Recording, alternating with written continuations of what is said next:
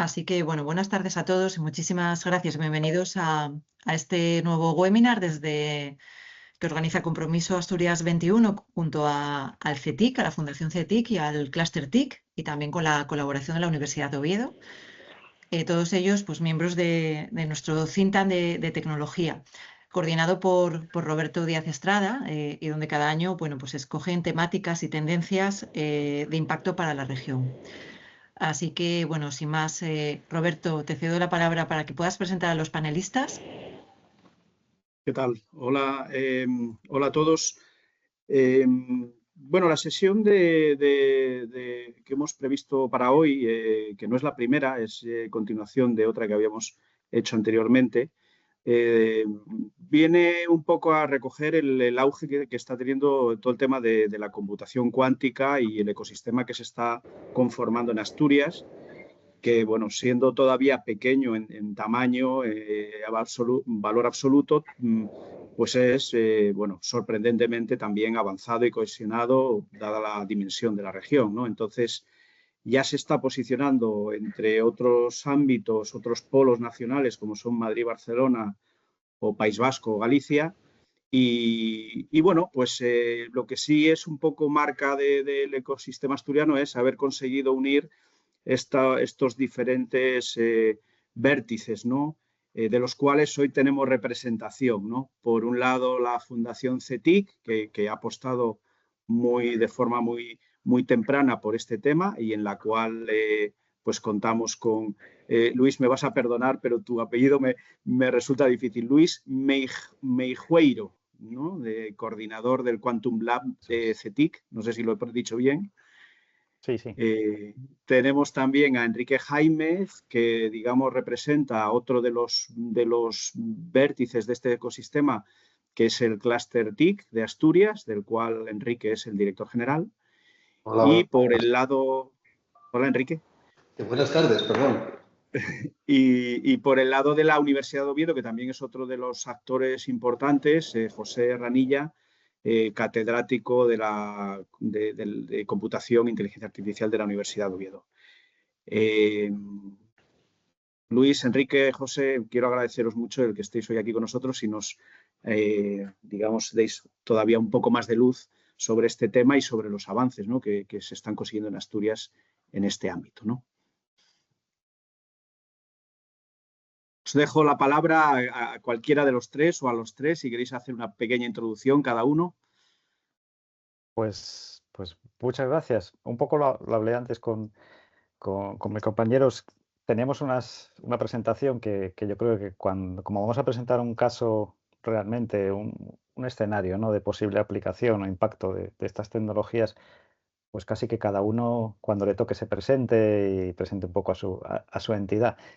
Y bueno, como planteamos hacer una breve introducción, pues si os parece, voy a empezar yo compartiendo la pantalla y así vamos todo seguido antes de entrar en el debate final. Voy a compartir.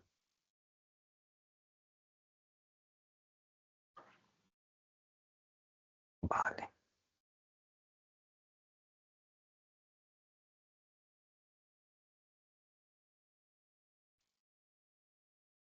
Vale. ¿Estáis viendo la pantalla completa? Sí. Sí, ¿no? Bueno, este es un poco el título de lo que es la jornada, como decíamos, para explorar escenarios emergentes que realmente pues ya estamos en ellos, ¿no? Estamos trabajando en ellos y la verdad que vais a tener una visión pues antes que nadie, por decirlo así, o de primera mano de las cosas que a veces no se sabe qué hacemos, ¿no? Pues ahora vais a conocerlo. Bueno, primero presentarme. Han hecho una breve presentación mía, pero quería presentar un poco, supongo que conocéis a CETIC Centro Tecnológico. Igual conocéis menos que tenemos una unidad especial dedicada a temas de cuántica. Realmente esta unidad nació también gracias a la colaboración y al impulso de José Ranilla y su equipo de QHPC, que nos metieron también el gusanillo dentro y que nos dieron una primera formación inicial y además nos ayudaron a tener un recurso importante como es un emulador de computación cuántica, ¿no? Y ahí empezó ya nuestra andadura, teniendo ya el hardware, pues para trabajar en el software, intentar hacer cosas útiles, ¿no? con él, programas que intentamos al menos que sirvan para algo. No sé si ahora, pero al menos creemos que en un futuro pues, pueden tener impacto.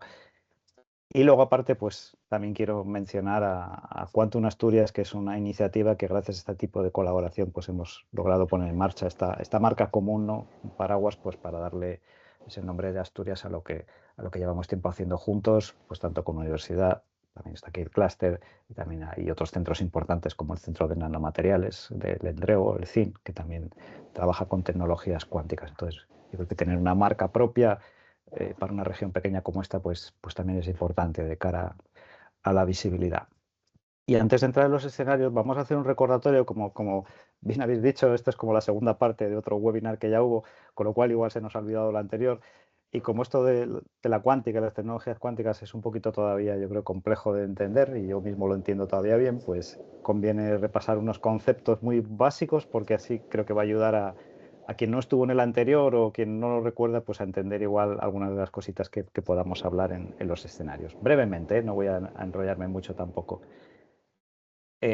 Bueno, ¿por qué decidimos cuántica? Cuántica es, si os suena de algo, si alguien habéis estudiado ciencias, pues hay una rama de la física, que es la física cuántica, que se preocupa más de estudiarlo muy pequeñito, ¿no? A nivel atómico o subatómico, ¿no? ¿Qué pasa ahí, ¿no? ¿Qué leyes hay? ¿Cómo se gobierna esa interacción entre átomos y entre partículas muy pequeñas? Y bueno, se descubrió hace ya 100 o más de 100 años que las leyes que rigen ahí de lo muy pequeño son diferentes o peculiares, por llamarlo así, a las conocidas clásicas, ¿no? Y tiene unas propiedades muy curiosas como superposición, que significa que un elemento como un elemento de información, ¿no? Por ejemplo, pues puede estar no solo estamos acostumbrados a los ceros y unos, ¿no? Pues no, pues puede estar no en 0, 1 o todo lo que haya en medio, múltiples estados a la vez. Otra cosa curiosa, una propiedad curiosa, que es el entrelazamiento, que hay correlaciones instantáneas. Tú puedes tener dos elementos, dos bits, qubits, aquí como se llaman en esto de la cuántica, pues que lo que hagas con uno le afecta al otro y viceversa, y porque están entrelazados. Entonces eso sucede así en esa física tan particular. Y luego hay otra propiedad que es la interferencia, ¿no? que además pues, amplifica la solución correcta.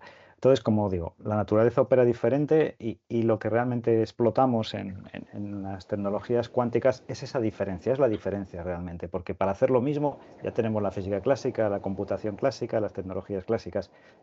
Si hay algo diferente, digamos, oye, pues podemos emplear estas nuevas propiedades para hacer algo diferente o mejor, pues de eso va la cosa.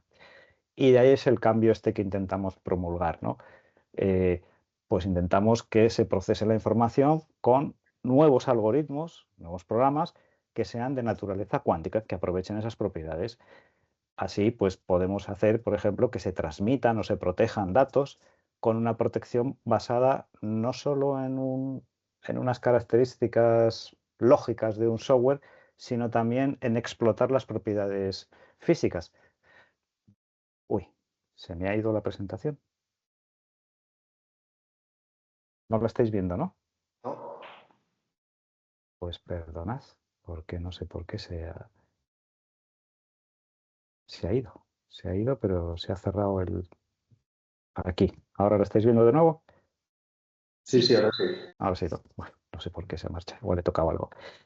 Bueno, estaba diciendo eso, ¿no? Que podemos utilizarlo para cómo transmitimos y protegemos los datos y también dar nuevos enfoques a problemas que tenemos habitualmente, pero los problemas al final siguen siendo casi siempre los mismos. Hay algunos que no se pueden resolver y que sí que se pueden intentar resolver, pero eso, sobre todo vuelvo a incidir en lo mismo. No es que este nuevo paradigma, que ya estamos hartos de hablar de la nueva paradigma, con el Big Data, nuevo paradigma, con la IA, todo es un nuevo paradigma, ¿no?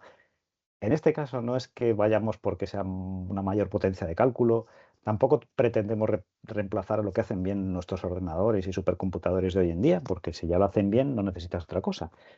Es otro camino diferente y nos puede llevar a formas diferentes de hacer las cosas y sí, algunas de esas, pues por decirlo así, crean atajos y nos permite llegar antes o llegar primero, pero no es que llegas primero porque es una cuestión de potencia o de músculo, sino es una cuestión de hacer las cosas diferentes.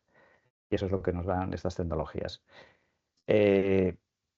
También hay que saber, como hemos dicho, que esto no sustituye a la computación clásica, entonces lo que tienes que saber es si realmente tienes un problema que sea idóneo para resolverse con estas nuevas tecnologías, porque como digo, si ya lo resuelves con las clásicas, pues igual no te hace falta, ¿no? Lo típico que siempre se oye de no vamos a matar moscas a cañonazos, no vamos a intentar meter una tecnología en busca de resolver un problema que no se sabe que existe. No, primero encontramos el problema, vemos si tiene encaje y tiene una buena solución o mejor solución con las tecnologías cuánticas y actuamos.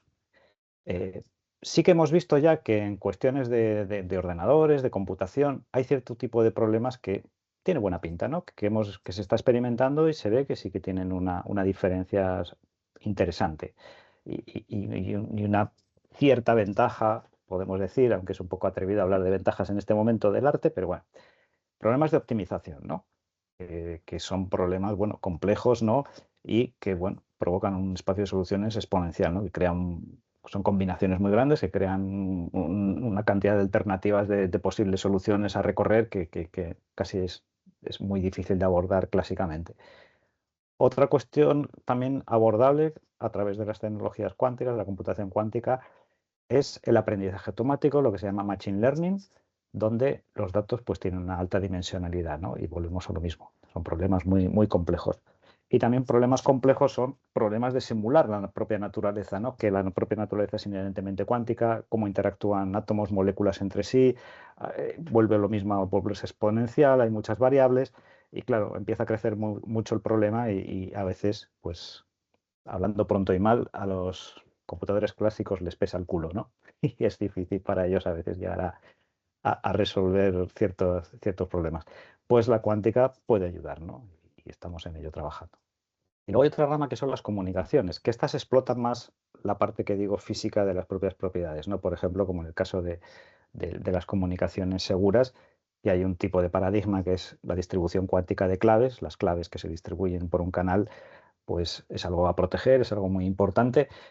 Te lo pueden capturar, te lo pueden descifrar. Bueno, aquí si realmente alguien, por decirlo así, intenta pinchar el canal, pues el canal se queja y dice, me han pinchado, ¿no? Entonces ya dejas de transmitir, ya no confías en el mismo y eso te lo da por una cuestión física, no por un protocolo lógico de software. Y eso nos lo da la cuántica.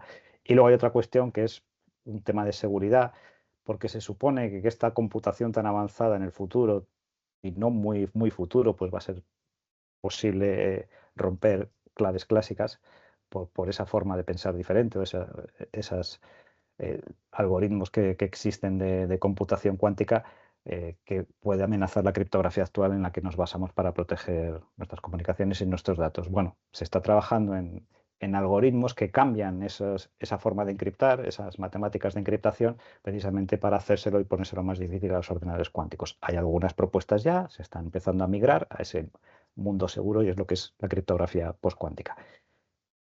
Y el momento que decimos nosotros es de actuar es ahora. ¿Y por qué ahora? Bueno, pues porque cuando al final todo esto esté ya operativo y demás, pues quizás sea demasiado tarde. Ya digo, no es algo fácil de entender, no es algo fácil de implementar ni de programar, tiene una curva de aprendizaje. Ahora mismo sí que es cierto que estamos en un momento en el las cuánticas, los propios ordenadores están limitados, ¿no? Pero están continuamente evolucionando. Ahora mismo son máquinas, por decirlo así, con pocos qubits, son escasas, tienen ruido, pero eso de un año a otro, que yo estoy viajando yendo a eventos y demás, pues donde se anuncia cada fabricante lo que tiene, lo que está haciendo y demás, es terrible lo que avanzan, es una velocidad muy alta y dentro de poco ya se anuncian leches. Yo creo que es un problema del ordenador que me deja sin estas presentaciones. Yo no sé si vamos a cambiar y alguien puede presentar en vez de presentar yo mismo, porque no quiero que esto esté pasando todo el rato.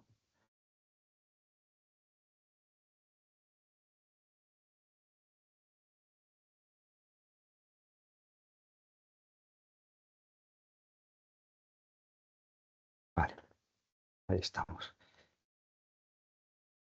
Bueno, lo que decía, que el hardware está limitado, pero está creciendo grandemente, ¿no? Hace poquito IBM mismamente ha anunciado que dentro de muy poco ya va a estar preparado, veremos si es verdad o no, para tener un ordenador cuántico verdadero, sin errores y de los de la próxima generación, por decirlo así, ¿no? Y también a la par de eso, de que el hardware está mejorando y se están consiguiendo máquinas más precisas, más estables, pues está muy próxima a una ventaja práctica. Ahora mismo las ventajas, por decirlo así, que proporciona la computación cuántica son casi teóricas, son experimentos muy concretos donde sí casi preparas el experimento y preparas la máquina para que gane, por decirlo algo así, respecto a la clásica.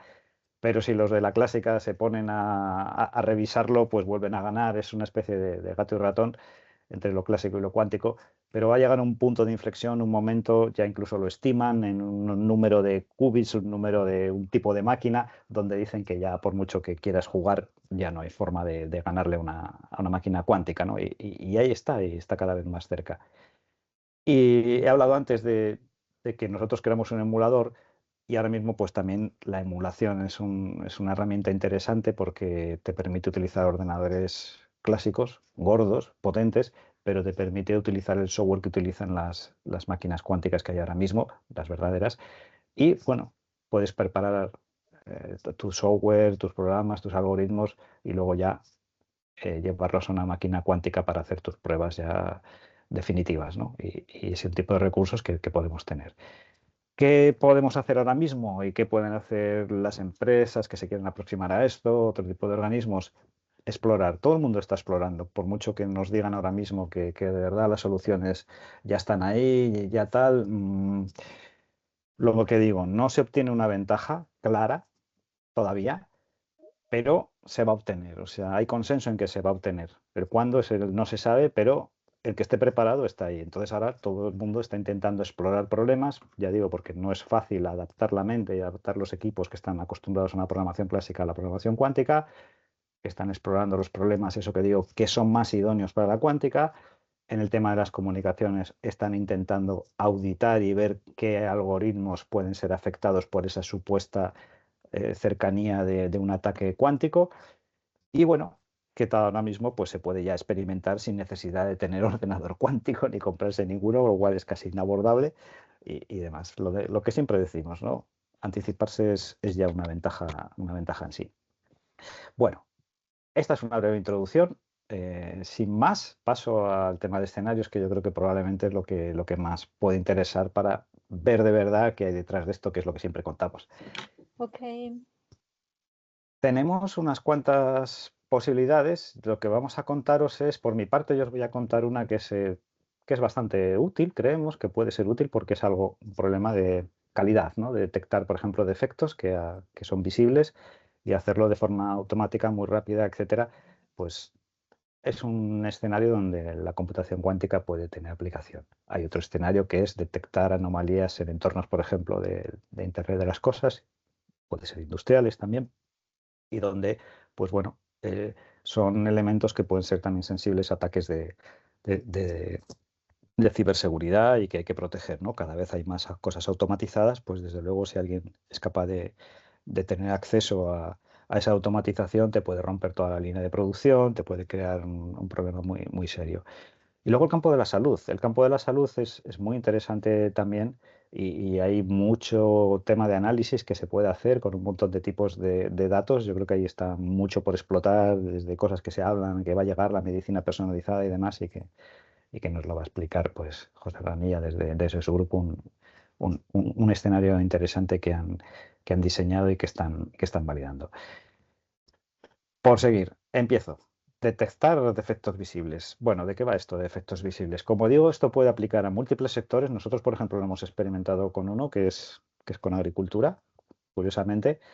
Pero bueno, cualquier cosa que digas, a ver, en una línea de producción de un elemento, de una chapa de metal, de lo que sea, pues tú puedes en tu proceso, si no lo detectas, que aparezcan defectos, anomalías y eso te puede arruinar pues porque tu formulación de la materia prima o no te la han enviado correctamente, etcétera, y te puede arruinar, como me está arruinando a mí la, la presentación.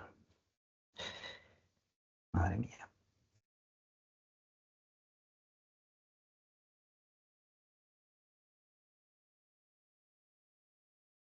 Tienes una presentación cuántica. Sí, tengo una presentación cuántica. ¿La Ahora volvéis a está, ver, no? Ahora está, ahora no está. Sí. ¿La volvéis a ver? No. No.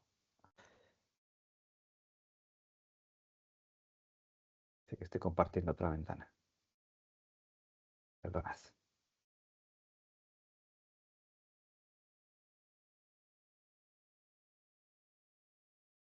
Vale. ¿Y ahora? Sí. Ahora sí, vale. Bueno, regresamos.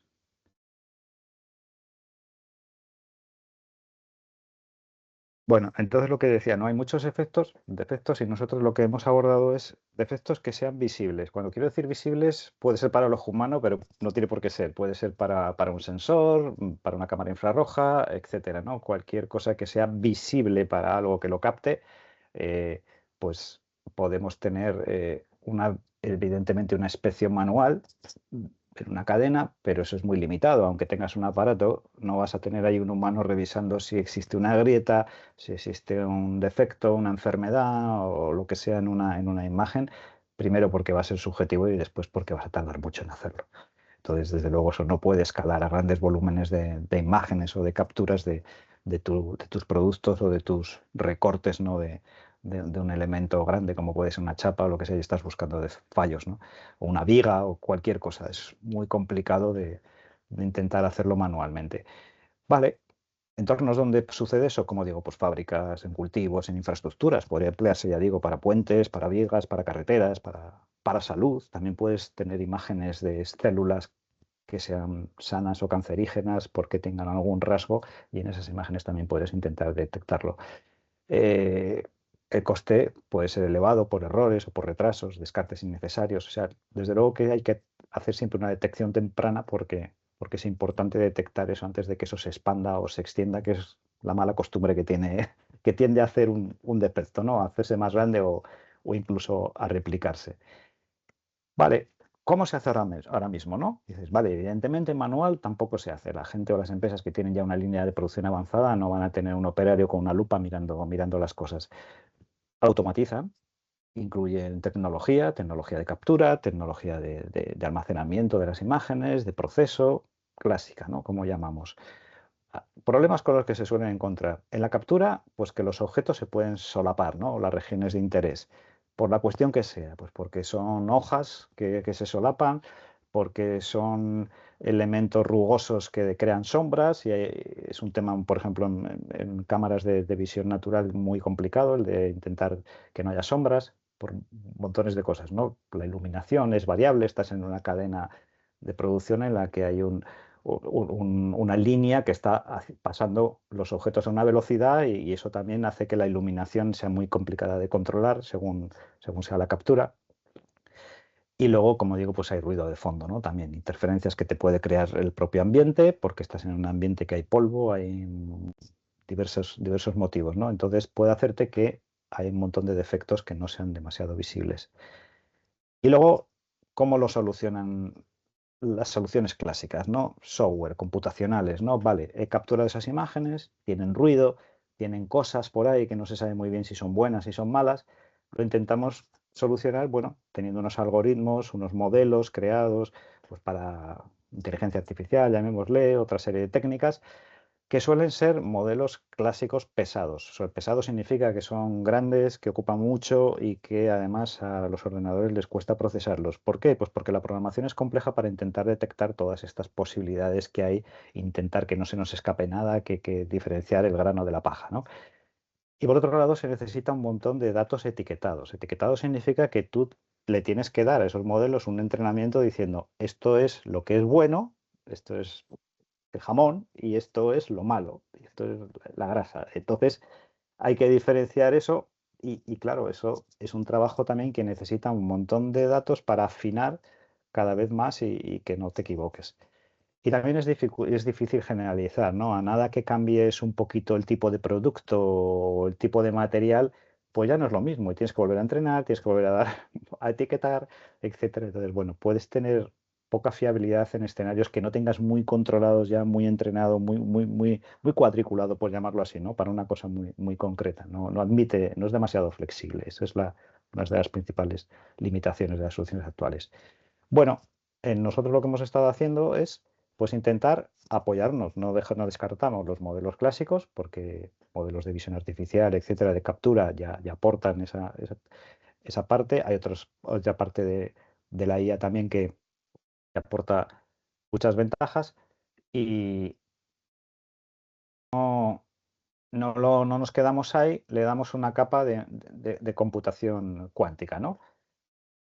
A lo que es la parte clásica de captura automática, la detección y el recorte de la sección que queremos analizar, le añadimos una cosa que se llama QCNN, Quantum Convolutional Neural Networks. Si alguien sabe del término, son redes neuronales convolucionales, un tipo de redes, pero además con una capa cuántica. Entonces, son muy buenas para hacer una clasificación de imágenes en esa parte que decimos de valorar si la imagen es una imagen de algo que es lo normal, la normalidad, lo bueno, o tiene algún tipo de defecto.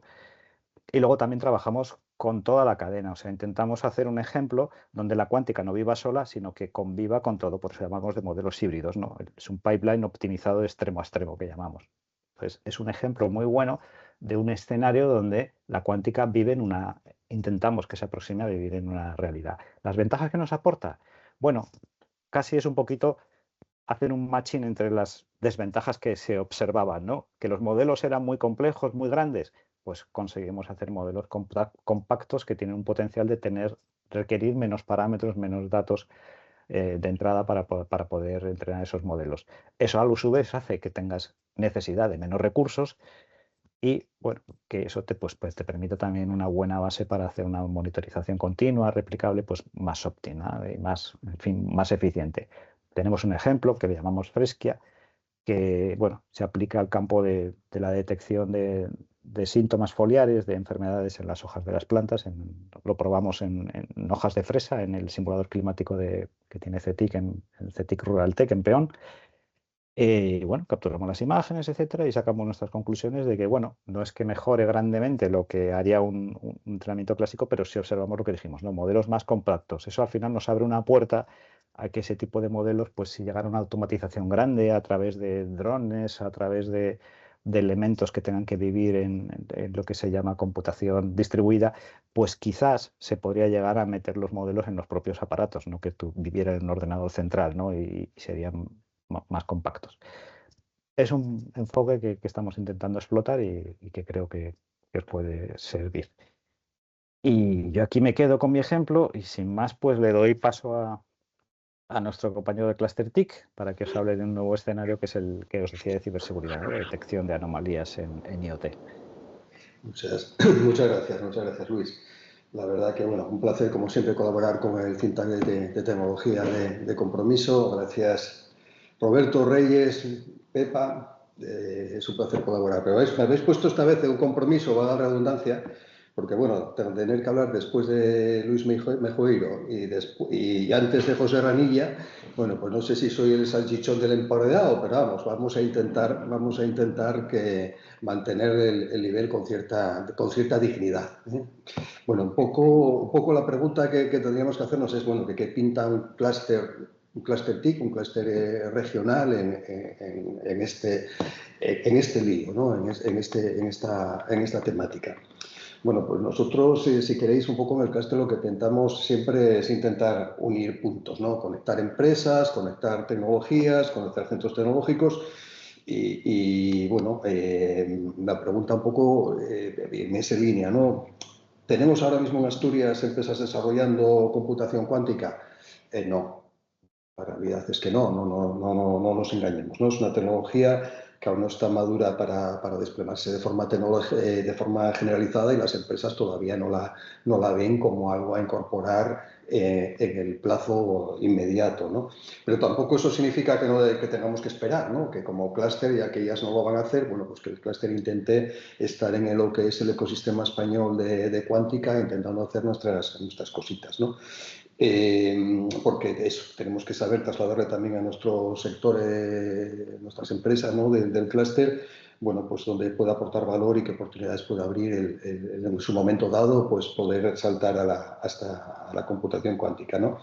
Y es que ya no está tan verde como para ignorarla. O sea, los centros tecnológicos de la universidad tenéis que estar ahí en la frontera del conocimiento, ¿no? Desarrollando nuevos ámbitos y, bueno, lo que hasta hace relativamente poco, pues era una cosa, pues eso, en un TRL muy bajito, bueno, pues ahora empezamos a ver que ya no lo está tanto, y por eso nuestro interés de participar en una convocatoria. Participamos en una convocatoria de Red.es, que fue el año pasado. Lanzó, además era un modelo un poco singular de convocatoria, porque no era la típica convocatoria a través de, bueno, pues de subvenciones o compra pública innovadora, sino que era una convocatoria que estaba articulada por un poco poder acelerar los plazos, porque los fondos europeos había que ejecutarlos y no llegábamos y necesitaban un plazo relativamente corto para poder ejecutar el proyecto. Pues un poco lo que nos plantearon fue un modelo de convenio, ¿no? de que se fuese a hacer a través de un convenio. Bien, pues entonces se creó el Red.es, que generó la convocatoria, y se presentaron 2 proyectos a nivel estatal, solamente 2. Uno estaba liderado por Digitales y otro estaba liderado por nuestro homólogo en el País Vasco, que se llama Gaia, el Cluster TIC del País Vasco, que es quizás uno de los más antiguos de España, está cerca ya de los 40 años de existencia. Y bueno, pues en esa propuesta lo que presentamos desde Gaia fue desarrollar nada más y nada menos que 34 escenarios, ¿no? 34, bueno, escenarios en los que el potencial de la computación cuántica podría tener sentido.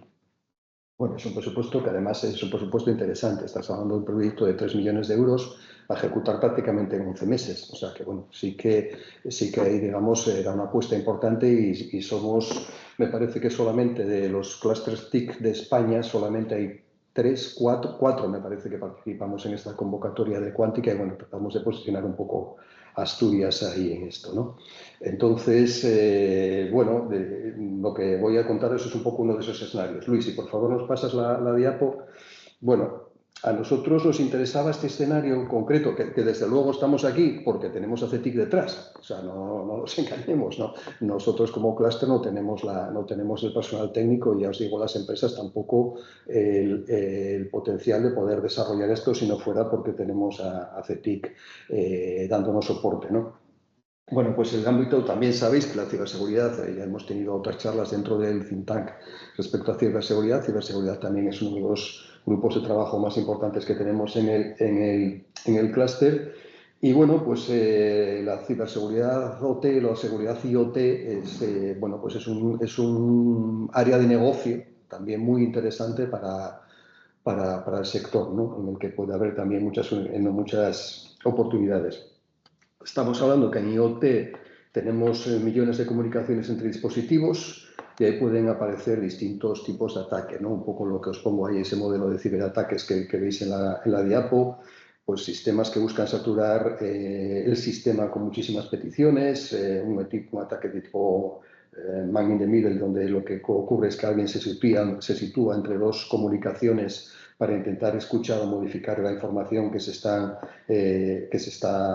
transmitiendo entre receptor y emisor, o las técnicas de spoofing, donde lo que se suplanta es la identidad técnica para hacerse pasar por un dispositivo o servicio legítimo, ¿no? Aquí lo importante no es tanto memorizar cada tipo de ataque, sino entender la lógica del problema. En una red IoT hay tantísimas comunicaciones legítimas que una actividad maliciosa puede quedar escondida entre millones de eventos normales, ¿no? Y entonces, por eso lo que vemos ahí, por eso el título que veis ahí de detección de anomalías. No porque el ataque sea simplemente una anomalía desde el punto de vista estadístico, sino porque cuando observamos el tráfico de red, muchas veces lo que se manifiesta es como un comportamiento extraño respecto a lo habitual, ¿no? La tarea, por tanto, es detectar esas señales raras antes de que se conviertan en un incidente. Sin capacidad de detección, las comunicaciones estarían demasiado expuestas y el gestor de red tiene menos margen con el que anticiparse, ¿no? Ya pasa, por favor, Luis.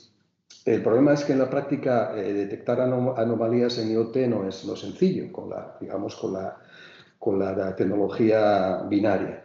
Primero porque el tráfico IoT es muy variable, no se comporta igual una cámara conectada que un sensor industrial o un dispositivo médico. Cada equipo genera distintos señales con frecuencias distintas en contextos muy diferentes, ¿no? Entonces es muy difícil estandarizar. Segundo, porque muchas veces faltan datos etiquetados, ¿no? Como os comenta ahí en la diapo. Y es decir, que tenemos eventos con muchísima información sobre comunicaciones, eventos de red, pero que no siempre sabemos con certeza qué corresponde a un comportamiento normal y qué corresponde a una actividad de tipo maliciosa, ¿no? Un ciberataque que estemos sufriendo. Y sin esta identificación previa, entrenar buenos sistemas de detección es mucho más difícil, ¿no? El tercer punto sería un poco, suele haber un fuerte desbalance entre clases.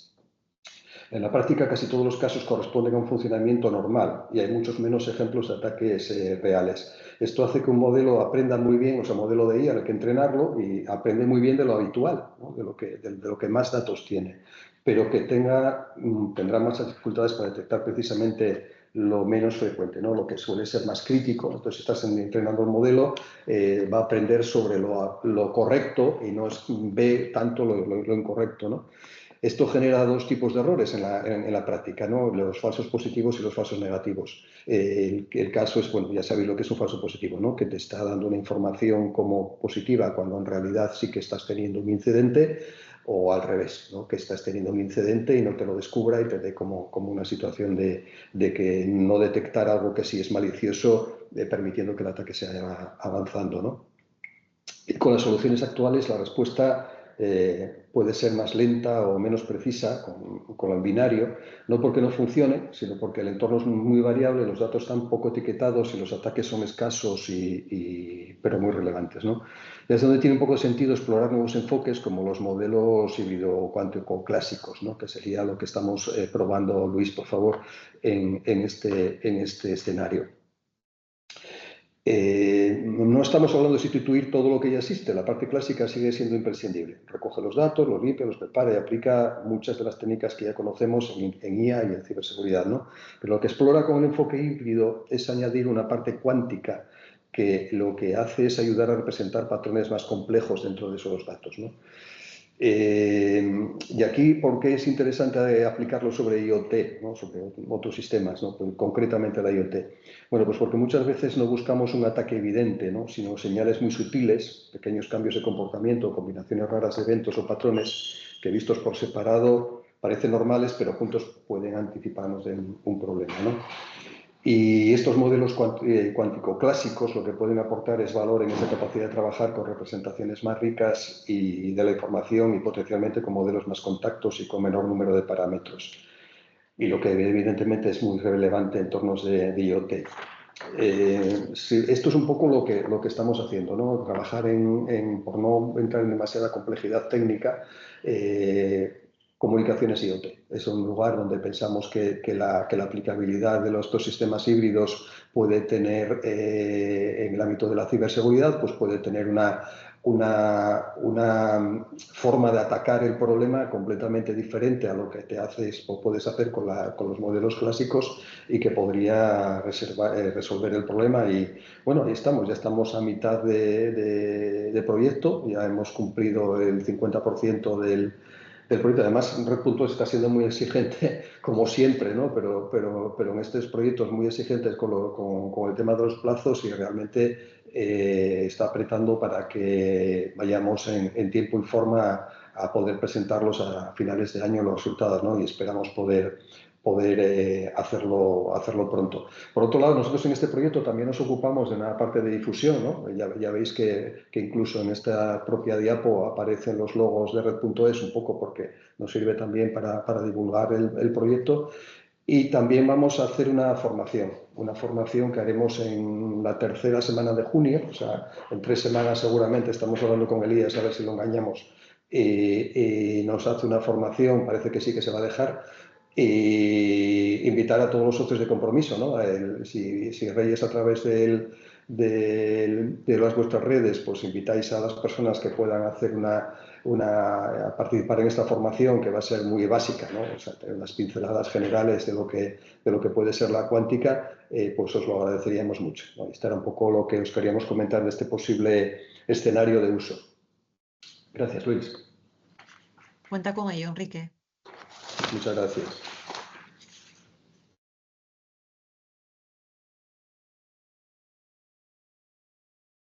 Que me toca, perdonad, me había despistado.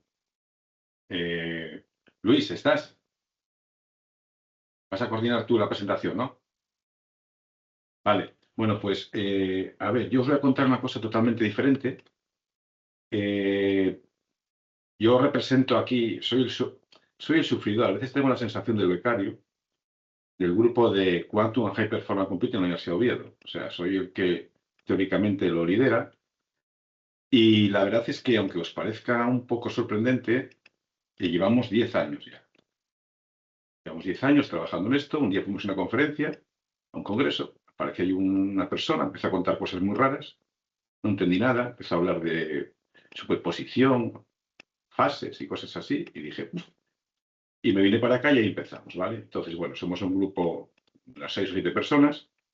Y yo me dedico más a coordinar la parte de HPC y Elías con Barro, más la parte de Quantum. Y bueno, os agradezco que nos hayáis invitado porque así, aunque no lo parezca, tenemos casi más difusión o más reputación fuera de la autonomía que dentro. Se nos consulta muy poquito para cosas que luego nos enteramos que no funcionan.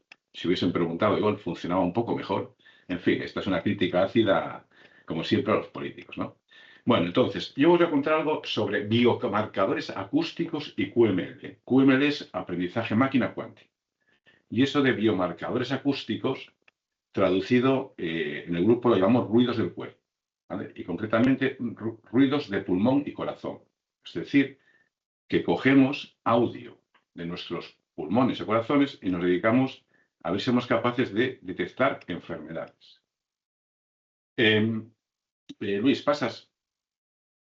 Entonces, ¿por qué esto? Pues porque más o menos allá por el año 2020 o así, ya empezamos a ver que esto de la medicina inteligente era un reto que se debería abordar porque la tecnología nos va a permitir encontrar soluciones o encontrar apoyo de calidad a los doctores, a los profesionales de la medicina, y les liberaría mucho de trabajo. Y además porque cada vez más lo que se llama el diagnóstico precoz y sobre todo en casa es muy importante para evitar saturar los sistemas de salud, etc. Bueno, pues ahí veis 3 proyectos, hay más, pero estos son los del Ministerio, donde ya directamente pues hablamos de Machine Learning, Quantum Learning, es decir, vamos a esto, ¿no? Entonces, Luis, pasa. Nosotros empezamos a hacer algo y al final en un congreso de IECubo, que IECubo es muy famosa, llevamos resultados. Ahí hay muchos datos, ¿no? Pero ya os digo yo más o menos cómo hay que interpretarlos. Cogimos, porque para ver lo que hacemos está correcto, pues cogimos bases de datos que son públicas. Y CBHI es una base de datos de sonidos respiratorios. Y es una base de datos muy complicada y además es de un concurso donde todo el mundo se presenta y usamos la edición de 2017. Y básicamente es pues, coger audios y ver si ese audio corresponde a una persona sana o es una persona asmática o es una persona que tiene cracket o Wi-Fi, lo que sea, ¿no? Tenéis en gris, casi que no se ve, algo que es relativo a pulmón. Concretamente YHSD es Yasin, es una base de datos también pública y es de sonidos de corazón. Nuestro objetivo es pulmón. ¿Por qué? Porque corazón está muy estudiado y donde faltan herramientas potentes es más en pulmón que corazón. Aunque hemos detectado, hablando ya con los hospitales, etcétera, etcétera, que hay otro tipo de patologías que no tienen nada que ver ni con pulmón ni corazón, que a través de su audio se puede avanzar. Bueno, total, que empezamos con ello. Ahí tenéis una tabla que pone características valor, que básicamente es cuando empezamos con esto y todavía hoy en día, las máquinas que hay de computación cuántica no son muy robustas, no son muy fiables, pero encima tienen muy poca capacidad, tienen muy pocos qubits. Cuando veis ahí PCA 16, quiere decir que nosotros hemos llegado a trabajar con una máquina virtual, una simulación, con hasta 16 qubits, porque no podíamos más allá, ¿vale?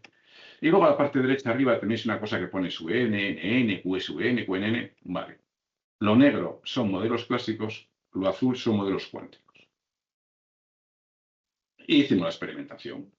Y lo que sé que es importante es que la tabla de la parte derecha inferior, donde se ve relativamente que los modelos cuánticos, el QSUM, la máquina de soporte vectorial cuántica, o la QNN, una red neuronal cuántica, mejoran en pulmón, en sonido de pulmón, a los modelos clásicos.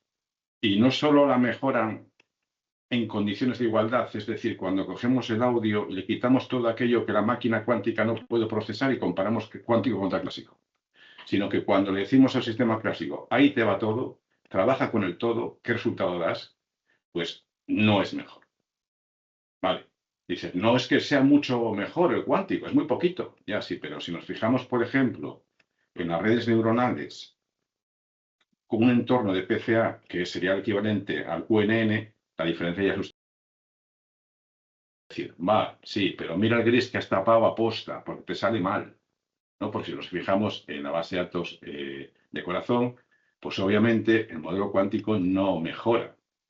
Es más, si comparamos igualdad en QSVM con SVM, sí que mejora, pero en las redes neuronales no.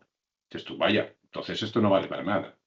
Bueno, lo que sucede es que nosotros el estudio lo hicimos para una base de datos compleja, ICBHI, y eso implica muchas condicionantes previas. Significa coger el audio, filtrarlo, procesarlo, aplicar un denoise, es decir, hacer una serie de cosas que tienen muchos parámetros del mundo de la teoría de la señal, no del aprendizaje. Entonces, bueno, pues está preparado para eso. Y sin embargo, en la de cardio, que es muy sencillita, porque si no aciertas el 100%, casi que lo tienes mal, pues es que ese preprocesado es muy distinto. Es decir, el pulmón o una dolencia de pulmón puede estar en 4 MHz en un niño, mientras que una de corazón nunca puede pasar de 800 Hz. Luego, si yo filtro por debajo de 1000, pues ya he quitado todo el problema del corazón. Es decir, lo que vimos con este experimento es que los modelos de Q, cuando tienes pocos datos, porque en el mundo médico tú no dispones de una base de datos grande, porque no la hay, además no suele estar etiquetada, suele estar mal grabada, y encima tienes poco y lo que no tienes no es público. Es decir, tú si quieres hacer, que es el objetivo nuestro a corto o medio plazo, un estudio de ver el impacto del asma infantil en Asturias o la bronquiolitis, es decir, dotar al SESPAC de una herramienta que le permita a los padres en casa ver si su niño de 6 meses, 3 meses, 2 años tiene un ataque severo o no de asma, tú tienes que coger esos datos. Tienes que grabar datos. Es decir, hemos visto que cuando hay pocos datos los modelos Q van bien. Bueno, pues con esto, que fue en 2024 más o menos, nos lanzamos a la piscina. Y nos lanzamos a la piscina y dijimos, vamos a hacer ese estudio. Para hacer ese estudio, pues aparte de hablar con los comités de bioética, conseguir neumólogos, etc. Luis, pasa. Nos encontramos con que los dispositivos para coger ese audio, los estetoscopios o fonendoscopios digitales, tienen un problema. Y es el siguiente. Tú te lo compras, que vale una pasta, vale 600, 700 euros. Y luego dices tú, vale, grabo con él. Pero al momento que grabas con él, ese audio no queda en el estetoscopio y lo coges tú, sino que lo recoge la nube. Va a la plataforma en la nube del propietario, por ejemplo, Lindman, que es americano. Con lo cual, tus datos han salido de tu control. Tenemos un problema de que tenemos información sensible que se está escapando de nuestro contexto, de nuestro entorno, y que probablemente no cumpla con el Comité de Bioética y que probablemente tengamos un problema en Europa versus otros países. Luego dijimos, pues lo que nos hace falta es un chisme no comercial, hacer nosotros un estetoscopio. Y además, como queremos hacer Q, la pregunta era si podemos. Y la verdad es que utilizando una simulación cuántica con 16 bits, perdón, qubits, pues el consumo de memoria es totalmente asumible, 21,3 megas de RAM. Con lo cual, la electrónica actual sí que nos lo permite, ¿vale? Y lo que hay que hacer es fabricar. Entonces ahí tenéis un dibujín que es exactamente, no sé si se ve este cacharro, ¿vale? Que es el estado actual de nuestro telescopio digital. Que ayer enviamos a China ya a fabricar placas, porque claro, esto está hecho manual, con una impresora 3D, la electrónica va dentro de cualquier manera, con lo cual mete errores, es impreciso, ruido, etc. Y bueno, este osciloscopio ya se puede encender, porque no sé si lo veréis, pero se enciende una pantallita. Y en el momento que yo lo enciendo, pues de momento tenemos una tableta, un móvil, esta cosa en mi caso. Tenemos ahí un vídeo que no se ve muy bien. Bueno, pues básicamente tiene una aplicación que se conecta al estetoscopio. Aquí lo pone, lo conectamos. Una vez conectado, la aplicación ya está. Y el padre o el homólogo único tiene que hacer es coger el estetoscopio, ¿vale? Y acercarlo. ¿Vale? El momento que lo acercas, no lo vais a ver muy bien, está grabando. Ese audio que está grabando, lo veis aquí, ¿vale? Cómo se mueve. Cuando acabáis de grabar, lo soltáis. Y ahora, lo que sí podemos hacer es coger ese audio grabado, por ejemplo, este audio, y decirle que me haga qué quiero. Una detección de asma, de frecuencia respiratoria, de frecuencia cardíaca. Le doy, lo está procesando, y al final el resultado es un semáforo. Semáforo que verde es, mira, el ataque, está el ataque, deja al niño que siga llorando. Lo rojo es coge el coche y vete rápidamente para el hospital. Bueno, pues este cacharrito, como veis, está hecho aquí y lleva un simulador de QML. ¿Cuál es el problema? Pues el problema es que fabricarlos bien y evolucionarlo. Porque la evolución final es que no dependa de un dispositivo externo, que lo haga todo él, que tenga aquí un semáforo, lo pones, empieza a grabar, te dice cuánto tiempo tienes que estar, cuando lo quitas, y te pone un luz de color. Y eso es un poco la idea primaria. Tenemos más